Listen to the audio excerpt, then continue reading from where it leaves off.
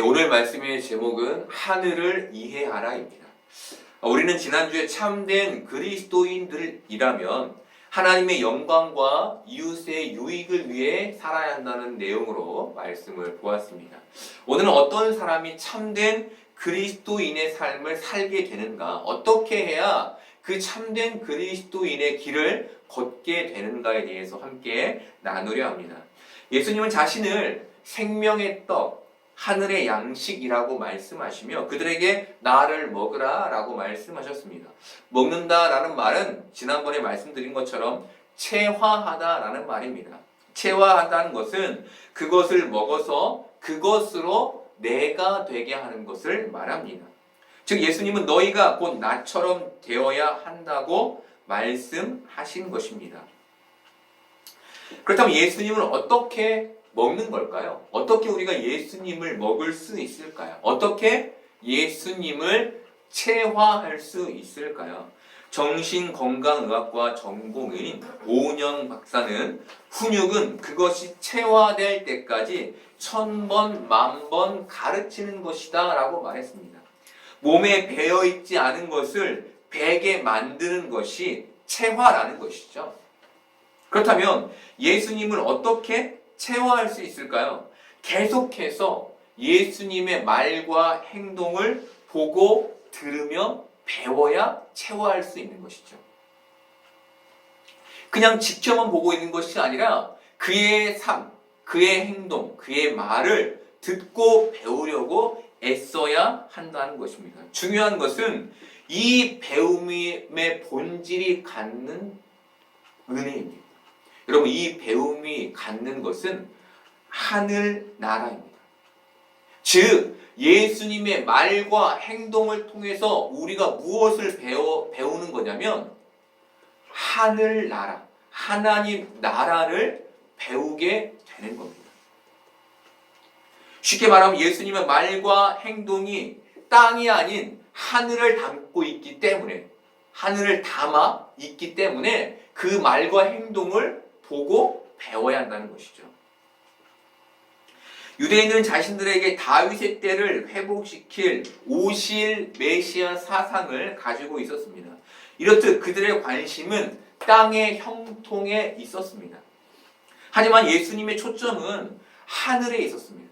예수님의 초점은 하늘의 형통에 있었습니다. 그래서 유대인들이 예수님의 말씀을 듣고도 이해하지 못했던 겁니다. 관점이 다르니까. 땅을 생각하는 사람이 하늘의 말을 들으니 이해하지 못했던 것이죠. 오늘 말씀은 예수님에 대한 사람들의 비아냥으로 시작됩니다. 왜 비아냥거렸을까요? 예수님의 말씀, 그 하늘의 말씀을 이해하지 못했기 때문이었습니다. 그들은 예수님을 보며 저 사람은 그들이 죽이고자 했던 사람이 아니냐라고 드러내놓고 말했습니다. 드러내놓고 말했다는 것은 들으라고, 예수님이 들으라고 말했다는 겁니다. 이것은 예수님을 비꼬는, 그의 사역과 그의 삶을 비꼬는 부정적인 말이었습니다. 그렇다면 이들이 예루살렘에 올라온 예수님을 경계하며 이질적으로 느낀 이유는 무엇이었을까요? 바로 예수님의 말과 행동을 이해하지 못했기 때문이었습니다. 쉽게 얘기하면 하늘나라, 하나님 나라를 이해하지 못했던 것이죠. 요한은 그들의 그 이질감, 그 적대감을 26절에서 이렇게 표현합니다. 보라, 드러나게 말하되 그들은 아무 말도 아니하도다. 당국자들은 이 사람을 참으로 그리스도인 줄 알았는가. 도대체 윗사람들은 저 사람을 왜 처벌하지 않고 가만히 놔두느냐는 것입니다. 그리고 이들은 이어서 27절에서 이렇게 말합니다. 그러나 우리는 이 사람이 어디서 왔는지 아노라. 그리스도께서 오실 때에는 어디서 오시는지 아는 자가 없으리라 하느니라. 여러분, 이 말은 그의 신분과 출생을 우리가 아는데 그는 그리스도가 될 위인이 못 된다라는 말입니다. 다윗의 때를 회복시킬 그리스도는 그렇게 가난하고 부족하며 수준 낮게 오실 수 없다는 것입니다. 그래서 그리스도께서 오실 때에는 어디서 오는지 아는 자가 없으리라. 라고 말한 것이죠. 여러분, 하나님 나라를 이들은 이해하고 있지 못합니다. 그래서 예수님을, 그리스도인 예수님을 보고도 그를 그리스도라고 인정하지 않습니다. 여러분, 이들이 무엇을 하고 있습니까? 예수님을 판단하고 있습니다. 여러분, 하나님 나라를 이해 못한 이들은 땅의 기준, 즉 요한복음 7장 24절의 말씀처럼 예수님을 외모로 판단하고 있었던 것입니다. 여러분, 그들이 예수님을 그리스도로 인정하지 않은 이유는 예수님이 그들이 가진 땅의 기준에 못 미치는 사람이었기 때문이었습니다. 아무리 보아도 땅의 기준, 자신들이 생각하는 그 기준에 턱없이 부족한 사람, 모자란 사람이었기 때문이었습니다. 그런데 이때 예수님이 사람들에게 28절, 29절로 이렇게 말씀해 주셨습니다. 예수께서 성전에서 가르치시며 외쳐 이르시되 너희가 나를 알고 내가 어디서 온 것도 알거니와 내가 스스로 온 것이 아니니라. 나를 보내신 이는 참되시니 너희는 그를 알지 못하나 나는 아노니 이는 내가 그에게서 났고 그가 나를 보내셨음이라 하시니. 이 말을 의역하면 나는 너희가 알듯 그렇게 온 사람이 아니야. 나는 하나님이 보내셔서 이곳에 온 사람이야. 너희는 하나님을 안다고 하지만 진짜 알지 못하고 있어. 나는 하나님을 진짜 아는데 그 이유는 내가 하나님에게서 났고 하나님이 나를 보내셨기 때문이야 입니다. 여러분, 쉽게 얘기하면 뭡니까? 나는 너희가 생각했던 것처럼 땅에 속한 사람이 아니라 하늘에 속한 사람이야 라는 말씀을 해 주신 것이죠. 여러분, 예수님이 사람들 앞에서 무슨 얘기를 하시는 것입니까? 나는 하늘에서 온 사람인데 너희는 나를 땅에서 온 사람 취급한다는 것입니다. 그러니 너희의 판단이 옳지 않다는 것입니다. 여러분, 이것은 우리 신앙에 대단히 중요한 통찰을 줍니다. 그것은 세상의 형통을 바라는 우리의 신앙이 올바른 신앙이 아닐 수 있다는 것입니다. 세상에서 형통하고 싶은 마음은 땅의 좋음을 좋아하는 마음입니다. 그래서 좋은 땅의 결과는 우리를 기쁘게 하고 즐겁게 해주는 것이죠. 그렇죠? 여러분이 기대하는 땅의 결과, 성공한다든지 공부를 잘해서 좋은 대학에 간다든지 뭐 이런 일들은 우리에게 되게 기쁨을 주고 즐거움을 주죠. 그렇게 땅의 좋음은 좋아하는 마음으로 인해 생겨난다는 겁니다. 그런데 땅의 좋음은 멋짐, 큼, 화려함을 담고 있습니다. 문제는 이것 자체에 있지 않습니다. 문제는 사람들이 이 좋음을 옳음으로 이해하는 것에 있습니다.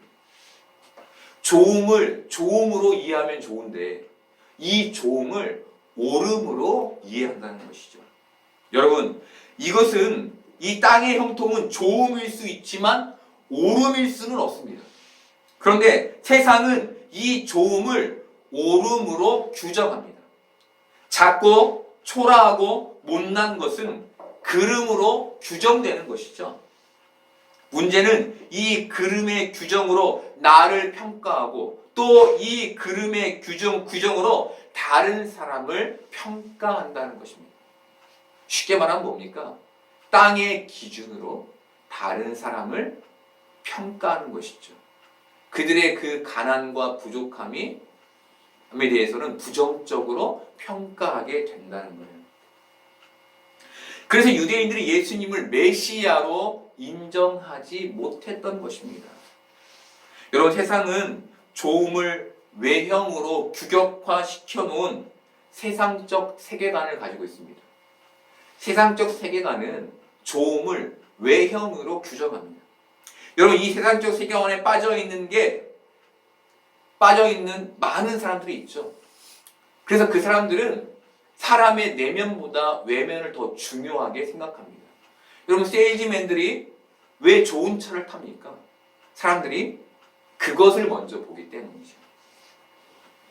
그런데 이 세상의 좋음에 빠져있는 게 있죠. 그게 뭡니까? 내면입니다. 내면의 가치. 내면에 가지고 있는 건강함, 이런 것들을 빼먹고 있는 것이죠. 야구장에는 재미를 위해 잠깐의 키스타임이 있습니다. 여러분 아실 거예요, 아마. 카메라가 비추면 어떻게 합니까? 뽀뽀를 사람들이 막 하죠. 저는 동영상에서 아름다운 여자가 산적같이 생긴 남편에게 뽀뽀하는 장면을 보게 됐습니다. 그런데 재밌었던 것은 그 영상에 달린 댓글이었습니다. 그 댓글 전부가 남자가 전생에 나라를 구했나 보다, 남자가 돈이 많나 보다 라는 내용으로 도배가 되어 있었습니다. 이렇듯 많은 사람들이 이 장면을 세상적 세계관, 외모로 판단하고 있는 것이죠. 그런데 저는 이 장면을 보며 그렇게만 보이지 않았습니다. 왜냐하면 여자가 남자를 너무 예뻐하고 사랑하는 게 보였기 때문이었습니다. 그리고 생각하게 된 것이, 여자는 남자의 어디가 그렇게 좋았을까? 여자는 우리가 보기에 이 산적같이 생긴, 못생긴 거죠. 이 사람을 어디가 좋아서 결혼했을까 였습니다. 그리고 저는 그 여자가 그 남자의 겉모습만 보지 않았을 것이라고 생각하게 됐습니다. 물론 보통의 기준과 다르게 그 남자의 외모가 여자가 정말 좋아하는 외모였을 수도 있습니다. 하지만 전 여자가 그 남자를 사랑하는 그 이유를 그 사람의 됨됨이, 바로 그 사람의 내면에 있었을 것이라고 생각하게 됐습니다. 여러분, 오늘 예수님은 우리에게 바로 이 얘기를 해 주시는 것입니다. 하나님 나라를 이해하려면 너희 눈으로 보는 그 외면만 봐서는 안 된다. 그 내면에 숨겨져 있는 하나님 나라를 보아야 한다라는 말씀을 해 주시는 것입니다. 쉽게 말하면 땅만 보고 살지 말고 제발 좀 하나님 나라를 좀 보고 살렴 이라고 말해 주신다는 겁니다. 여러분, 하늘을 알려면 어떻게 합니까? 하늘을 알기 위해 노력해야죠. 그렇죠? 여러분, 우리의 믿음이 땅의 형통이 아닌 하늘의 형통이 있으려면 그 하늘의 형통에 대해, 하나님 나라에 대해 알기 위한 노력이 필요한 겁니다. 그런데 자꾸 우리가 하는 것은 무엇입니까? 하늘을 알기 위한 노력이 아니라 땅에서 잘 살기 위한 노력이죠. 그렇죠. 그래서 자꾸 이 땅에서 잘 사는 것에만 관심이 가고 저 하늘에서 형통하기 위한 잘 삶에 대해서는 우리가 가치를 두지 않는 것입니다. 예수님은 사람들이 하늘, 하나님 나라를 소망하기를 바라셨습니다. 그래서 그들에게 계속해서 하늘의 얘기, 하나님 나라의 얘기, 즉 자신의 얘기, 내가 하늘에서 왔다는 얘기를, 내가 아버지와 함께 있었다는 얘기를 해 주셨던 것입니다. 그렇다면 예수님이 왜 유대인들에게 하늘을 강조하셨던 걸까요? 왜 하나님 나라를 강조하셨던 걸까요? 유대인들이 잘못 끼워 놓은 신앙의 단추를 다시 바르게 끼우게 하기 위해서였습니다. 잘못 끼운 신앙의 단추. 30절 보면 그들이 예수를 잡고자 하나 손을 대는 자가 없었다. 그 이유는 그의 때가 아직 이르지 않았기 때문이었다라고 말합니다. 그의 때는 우리가 잘 알듯 십자가의 때를 가리킵니다. 예수님은 그 이후에, 오늘 이 말씀 이후에 십자가에 못 박히셨습니다. 이때 많은 사람들이 예수님을 십자가에 못 박으라고 소리쳤습니다. 이들은 왜 예수님을 십자가에 못 박으라고 소리쳤던 걸까요? 왜? 지금껏 자신들을 치료하고 자신들에게 하나님 나라의 말씀을 전했던 예수님을 십자가에 못 박으라고 소리친 걸까요? 이들이 신앙의 단추를 잘못 끼우고 있었기 때문이었습니다. 여러분, 이들이 하늘에 관심이 없고 땅에만 관심이 있었기 때문에 예수님을 십자가에 못 박으라고 소리쳤다는 것입니다. 이것은 우리에게도 아주 중요한 교훈을 줍니다. 그것은 우리가 지금이 아닌 후에 예수님을 부인하지 않기 위해서 우리가 우리의 나머지 단추까지 잘못 끼우기 전에 지금 즉시 우리 신앙의 단추를 올바로 다시 끼울 필요가 있다는 것입니다. 지금 내가 신앙의 단추를 땅의 것으로 잘못 끼웠다면 그걸 빼고 다시 끼울 필요가 있다는 것이죠. 여러분, 우리는 여기에서 생각해 볼 필요가 있습니다. 그것은 십자가의 때라는 단어입니다. 십자가의 때. 십자가의 때란 하나님이 정하신 시간을 가리킵니다. 그리고 이것은 아직 남아있는 시간도 가리킵니다. 그게 무슨 얘기냐면 우리에게 기회가 있다는 겁니다. 즉 십자가의 때란 하나님이 유대인들에게 그리고 우리에게 그 잘못된 신앙의 단추를 바르게 낄 기회를 주신 시간을 의미한다는 것이죠. 여러분, 마찬가지로 하나님은 우리에게도 시간을 주셨죠. 지금 우리는 건강하게 이 세상을 살고 있습니다. 예수님이, 주님이 십자가의 때를 기다리신 것처럼 우리도 그 십자가, 죽음의 때를 기다리고 있는 거예요. 여러분, 이 시간은 세상에서 형통하라고 주신 시간이 아닙니다. 기회의 시간입니다. 우리의 잘못된 단추를 제대로 바로 끼라고 우리에게 지금 이 때를 하나님이 우리에게 주고 계신다는 것입니다. 지난주 수요 밤 예배의 설교 본문이 예레미야 애가 3장 40절부터 54절까지였습니다. 그리고 제목은 하늘이 무너져도 솟아날 구멍이 있다 였습니다. 예레미야 이 말씀에서 바벨론의 침략으로 비참에 처한 유다의 상황을 기록합니다. 그런데 그것으로 끝내지 않습니다. 예레미야는 그럼에도 마음과 손을 들고 여호와께 돌아가라고 유다의 백성들에게 외칩니다. 여러분, 하나님의 심판으로 바벨론의 처참히 멸망당한 유다에게는 기회가 없어 보였습니다. 그것으로 끝인 것처럼 보였습니다.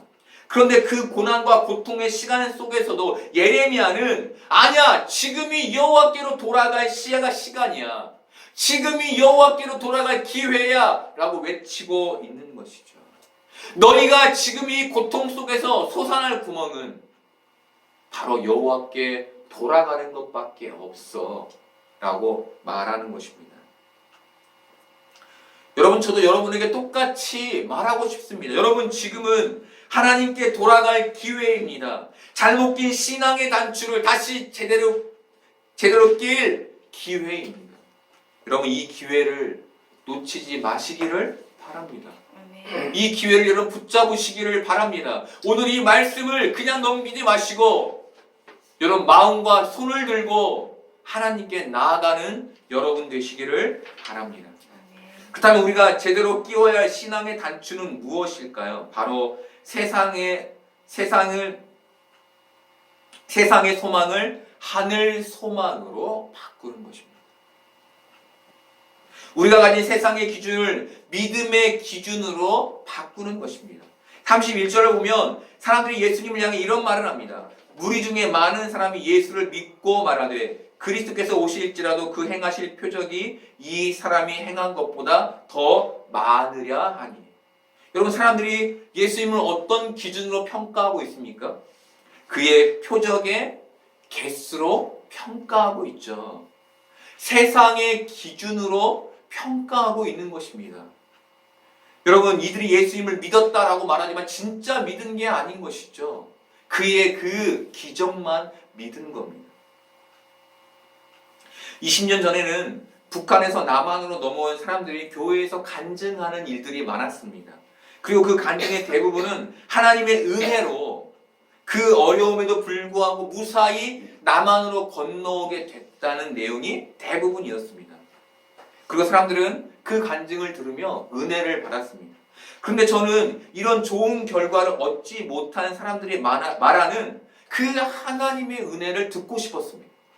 일이 잘 돼서 있는 하나님의 은혜 말고 일이 안 된 사람들이 그럼에도 불구하고 가지고 사는 그 하나님의 은혜, 저는 그것이 듣고 싶었습니다. 여러분, 좋은 결과를 얻지 못하는 것, 이것이 우리 삶의 대부분 아닙니까? 이 대부분의 삶에서 내가 살아나려면 누군가가 그 은혜가 없음에도 불구하고, 우리가 말하는 은혜죠, 형통.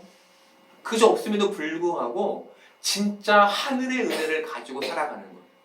그런 사람들을 우리가 볼 때, 아, 나도 저렇게 살아야겠구나 라고 힘을 얻게 되지 않겠습니까? 그래서 저는 그런 성공의 간증 말고 실패의 간증, 하지만 그럼에도 나는 하나님을 붙잡고 있다는 간증이 듣고 싶었습니다. 여러분, 저는 기적의 개수만으로 하나님의 은혜를 잴 수 있다고 생각하지 않습니다. 형통만이 하나님의 은혜를 담고 있다고 생각하지 않습니다. 여러분, 예수님의 제자들은 순교를 각오하며 복음을 전했어요. 고난과 고통, 각오하며 복음을 전했습니다. 여러분, 어떻게 제자들이 그 역경과 고난 그리고 순교를 각오하며 복음을 전할 수 있었을까요? 제가 궁금한 것은 이것입니다. 여러분, 제가 이 은혜의 삶의 시각이 궁금한 이유는 앞서 말씀드린 것처럼 이것이 우리 대부분의 현실이기 때문입니다. 바로 이 어떻게의 신앙의 본질이 숨겨져 있기 때문입니다. 어떻게 그 사람은 그 고난 속에서도 믿음을 지켰대? 어떻게 그 사람은 그 고난 속에서도 기뻐하고 즐거워할 수 있었대? 이것이 숨겨져 있는 신앙의 본질인 것이죠. 그렇다면 제자들은 어떻게 순교를 각오하며 삶을 살 수 있었을까요? 저는 그들이 예수님을 통해 하나님 나라를 알았기 때문이라고 생각했습니다. 여러분, 세상적 세계관이 가득한 이 땅에서 우리가 믿음을 지키며 올바른 신앙으로 살 수 있는 유일한 방법은 뭘까요? 예수님을 체화하는 것, 예수님의 말과 행동을 통해 하나님 나라를 알게 되는 것, 즉 그분의 말씀을 듣고 배우며 하늘을 소망하게 되는 것, 거기에 있는 것입니다. 그렇게 하늘을 알고 하늘을 이해해야만 하늘을 소망하며 살 수 있게 되는 것이죠. 그래야만 땅을 살며 땅만 보지 않고 하늘을 살 수 있게 되는 것입니다. 앞서 우리가 시편 말씀에서 본 것처럼 우리가 주님을 찬양할 수 있는 것, 하나님께서 우리를 살게 하셨기 때문이죠. 그런데 그 시편에서 뭐라고 말합니까? 하나님께서 땅을 너희에게 주셨다고 말하죠. 여러분, 우리는 땅을 살지만 하늘을 노래해야 할, 하나님 나라를 소망해야 할, 하나님을 경배해야 할 사람들인 것입니다. 예수님은 자신을 잡으려는 사람들에게 33절과 34절의 말씀으로 이렇게 하셨습니다. 예수께서 이르시되 내가 너희와 함께 조금 더 있다가 나를 보내신 이에게로 돌아가겠노라. 너희가 나를 찾아도 만나지 못할 터이요 나 있는 곳에 오지도 못하리라. 너희가 나를 찾아도 만나지 못할 것이고 오지도 못할 것이라는 말은 내가 가는 하나님 나라에 너희는 오지 못할 것이라는 말이었습니다. 여러분, 대단히 무서운 얘기입니다. 여러분, 땅만 바라보며 살아가는 그 사람들을 향해 예수님은 너희는 나 있는 곳을 찾지도 못할 것이고 오지도 못할 거야. 너는 하나님 나라에 오지 못할 거야. 라고 말씀하신다는 것입니다. 여러분, 그런데 그럼에도 불구하고 이들이 뭐라고 말합니까? 35, 36절 볼까요? 이에 유대인들이 서로 묻되 이 사람이 어디로 가기에 우리가 그를 만나지 못하리요?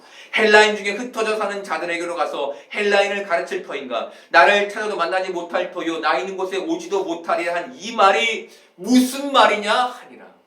이 말이 무슨 말이냐 하니라. 여러분, 여전히 이들은 예수님의 말씀을 이해하지 못하고 있는 겁니다.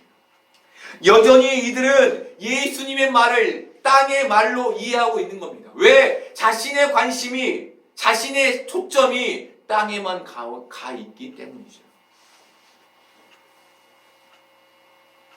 여러분, 이들이 하나님 나라에 대한 말을 예수님을 통해 듣고도 그것을 땅의 말로밖에 이해하지 못한 것은 이들이 단 한 번도 하나님 나라에 대해, 즉 하늘에 대해 생각해 본 적이 없었기 때문이었습니다.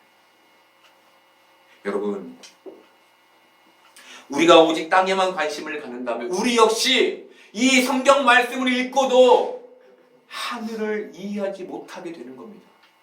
어리석은 자로 이 땅을 살 수밖에 없는 자, 하나님 나라를 찾아도 찾지 못하는 자가 되고 마는 것입니다.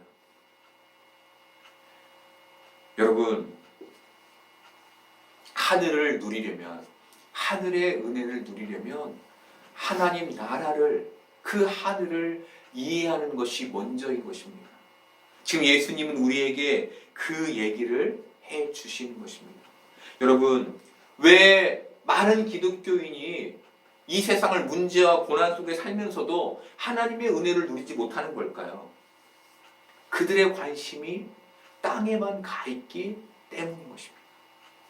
그래서 하나님의 은혜를 누리지 못하는 것입니다. 여러분 이 현실에서 어떤 삶을 선택하시겠습니까? 하늘을 이해하는, 하나님 나라를 이해하는 삶입니까? 땅에 집착하는 삶입니까? 우리가 하늘을 이해하는 삶을 선택하기를 바랍니다. 그래서 하늘의 은혜를, 하나님 나라의 은혜를 누리는 여러분들 되기를 소망합니다. 아멘.